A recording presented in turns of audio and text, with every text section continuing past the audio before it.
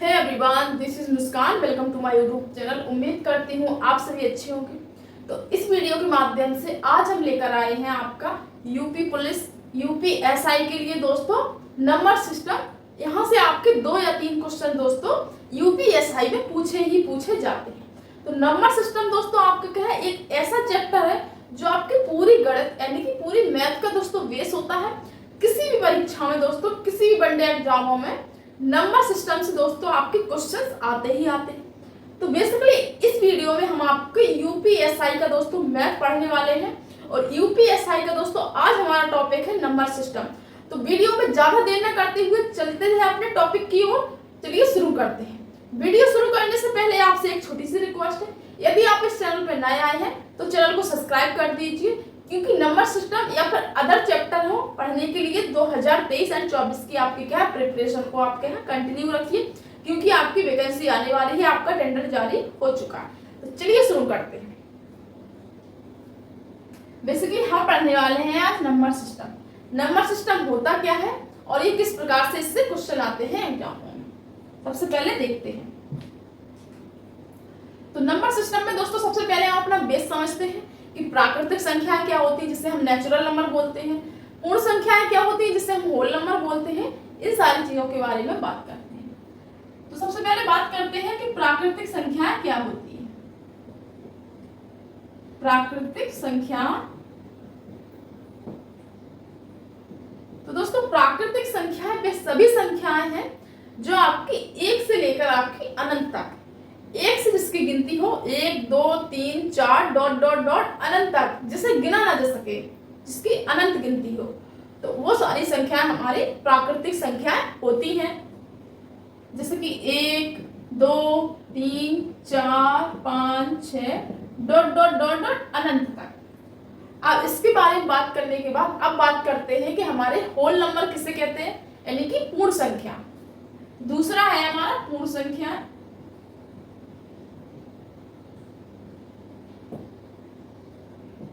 पूर्ण संख्याएं किसे कहते हैं?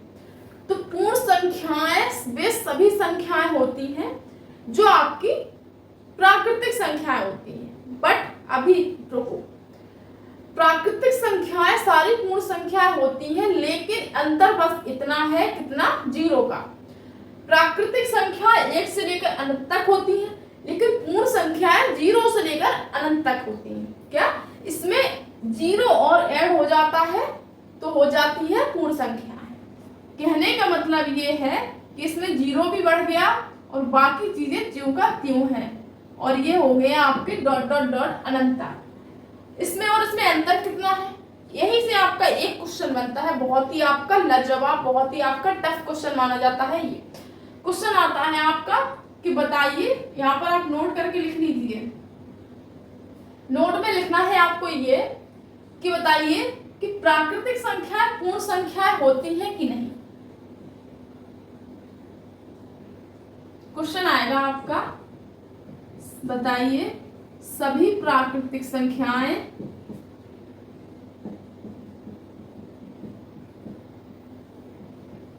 पूर्ण संख्या होती हैं। एक आएगा आपका यहां से कि सभी पूर्ण संख्या प्राकृतिक संख्या होती हैं। अब समझिए कि सभी प्राकृतिक संख्या यानी कि सभी ये प्राकृतिक संख्या, क्या ये सारी संख्याएं पूर्ण संख्या होती हैं? ये सारी संख्या ये पूर्ण संख्या होती है। तो आप देखिएगा, ये 1 से काउंट है अनंत तक, यहाँ भी 1 से काउंट है अनंत तक। तो कहने का मतलब क्या है कि ये जो प्राकृतिक संख्याएं पूर्ण संख्याएं तो होती हैं, क्योंकि ये सारी गिनती आपको यहाँ मिल रही है।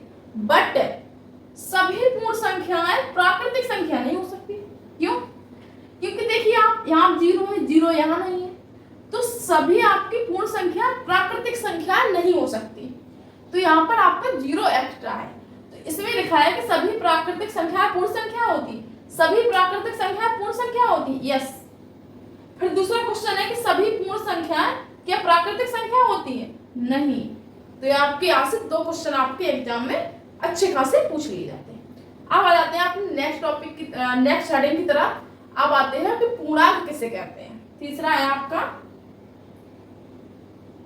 है आपका पूर्णांक, जिसे इंग्लिश में कहते हैं इंटीजर।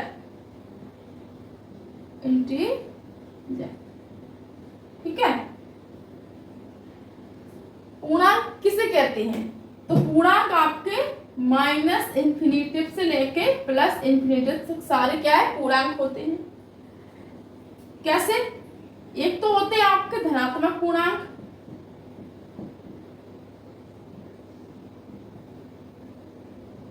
जिसमें दोस्तों आपका धनात्मक वाली चीजें आएंगी 2 3 4 डॉट डॉट डॉट अनंत तक। ठीक है, एक होते हैं आपके ऋणात्मक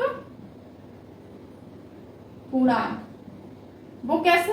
वो इसलिए क्योंकि माइनस अनंत से लेकर प्लस अनंत तक, कहने का मतलब सारी माइनस की संख्या एंड सारी प्लस की संख्या, जिसे हम गिन भी नहीं सकते, इतनी सारी संख्याएं आपकी क्या है, इंटीजर यानी कि पूर्णांक होती है। और पूर्णांक दो तरह के होते हैं, धनात्मक पूर्णांक, ऐसे पूर्णांक जिनमें सारी धनात्मक संख्या को धनात्मक पूर्णांक, और ऐसे पूर्णांक जिनमें सारी ऋणात्मक संख्या ही हो, उन्हें ऋणात्मक पूर्णांक कहते हैं। तो ये ऋणात्मक पूर्णांक में क्या कहा जाएगा, माइनस इन्फिनिटी, और आपके माइनस के 9 -8 ऐसे आपके -4 -3 -2 -1 यहाँ तक। तो कहने का मतलब क्या है, सारी माइनस की संख्या आपकी ऋणात्मक पूर्णांक होती है, सारी प्लस की चीजें आपकी क्या है, धनात्मक पूर्णांक होती है। यहाँ से भी आप नोट लिखिए। कहोगे मैडम नोट बहुत लिखवाती है। देखो यहाँ देखिए आप कि सारी धनात्मक पूर्णांक ये 1 2 3 डॉट डॉट डॉट डॉट अनंत तक है। सारी धनात्मक पूर्णांक आपकी प्राकृतिक संख्या में मैच हो रही है। देखो तो कह सकते हैं कि सारी धनात्मक संख्याएं प्राकृतिक संख्याएं होती हैं, और ये भी कहते हैं कि सारी प्राकृतिक संख्याएं भी धनात्मक संख्याएं होती हैं, क्योंकि आपका एक जैसा ही ग्राफ मैच कर रहा है। तो सारी धनात्मक संख्याएं क्या है, सभी धनात्मक पूर्णांक प्राकृतिक संख्या होते हैं। ये आपके क्या थ्योरिकल क्वेश्चन है, 3 थ्योरिकल क्वेश्चन बन गए हैं। ठीक है, याद रखना आपको। अब नेक्स्ट है आपका इवन नंबर। इवन नंबर यानी कि जिसे कहते हैं हिंदी में सम संख्या।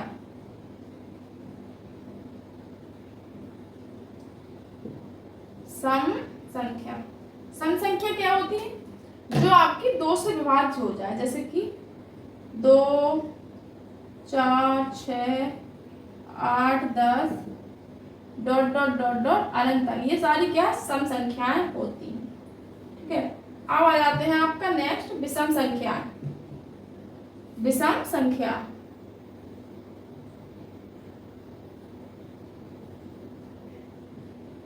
ठीक है, आते हैं हम आपके विषम संख्या।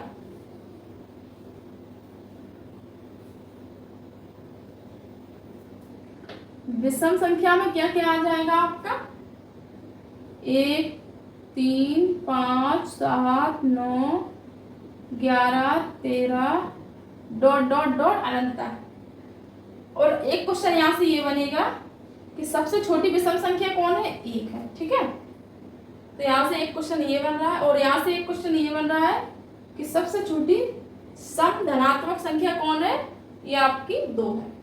अब आ जाते हैं आपके नेक्स्ट हेडिंग की तरफ, जो है आपकी अभाज्य और भाज्य। ठीक है, अभाज्य और भाज्य। सबसे पहले बात कर लेते हैं भाज्य संख्या के बारे में।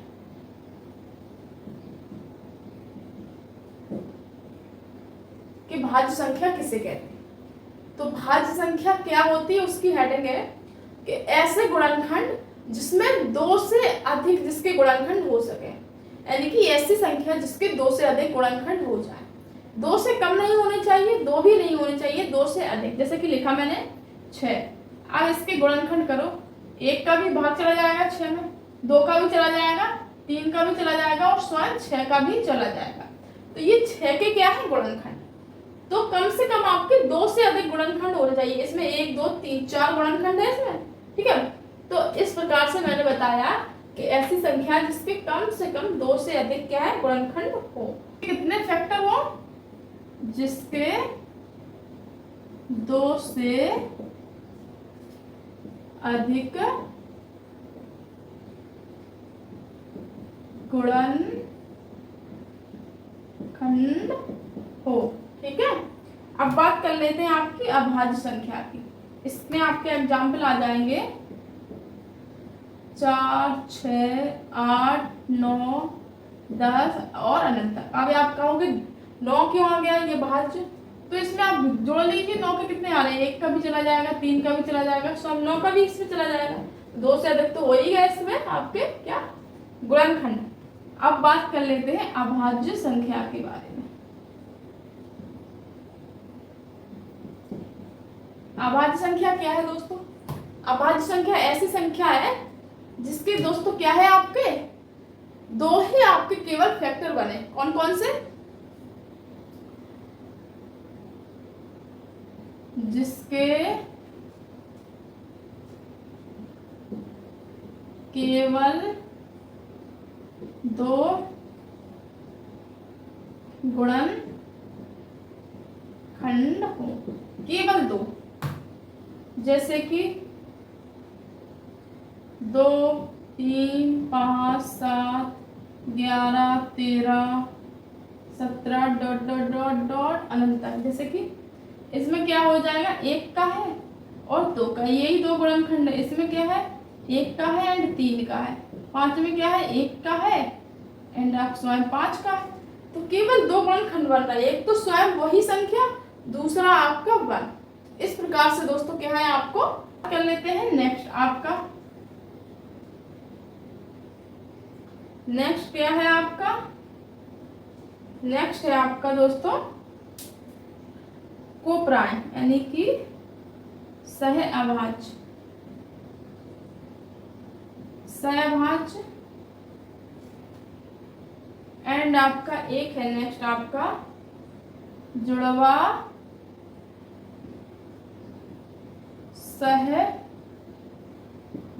सहअभाज्य। इसे बोलते हैं ट्विन प्राइम, ट्विन कोई प्राइम, इसे बोलते हैं कोप्राइम, ठीक है। तो ये है आपका कोप्राइम, ये है आपका ट्विन, ट्विन का मतलब जुड़वा। तो कोप्राइम एंड ट्विन कोप्राइम, ठीक है। ये 2 आपकी और बची डेफिनेशन, और उसके बाद हम क्या है शुरू करें।